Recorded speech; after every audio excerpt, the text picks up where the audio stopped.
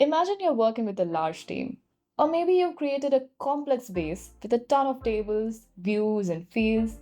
Without proper documentation, it's easy to forget why certain fields were created or what type of data should go in them. It can be pretty frustrating. Well, NocoDB has a simple but powerful feature that can help you with this. Introducing the descriptions feature that can let you add detailed description for each of these elements, serving as a built-in guide for anyone using your base. Let's see how to add descriptions.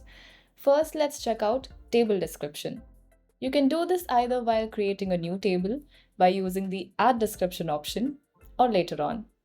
To add or edit a description after creation, simply head to the table's context menu, select edit description, and type in your details. That's it. And once saved, an information icon will appear right here. And when you hover over it, your description will be displayed. Now let's do the same for a view. Go to the view context menu, edit description, type it in, and you're done. You can easily see the description from here. The same applies for fields as well. Click on the field context menu, edit description, and enter the details. You can do this for each field, ensuring every piece of data is clearly documented. And there you have it.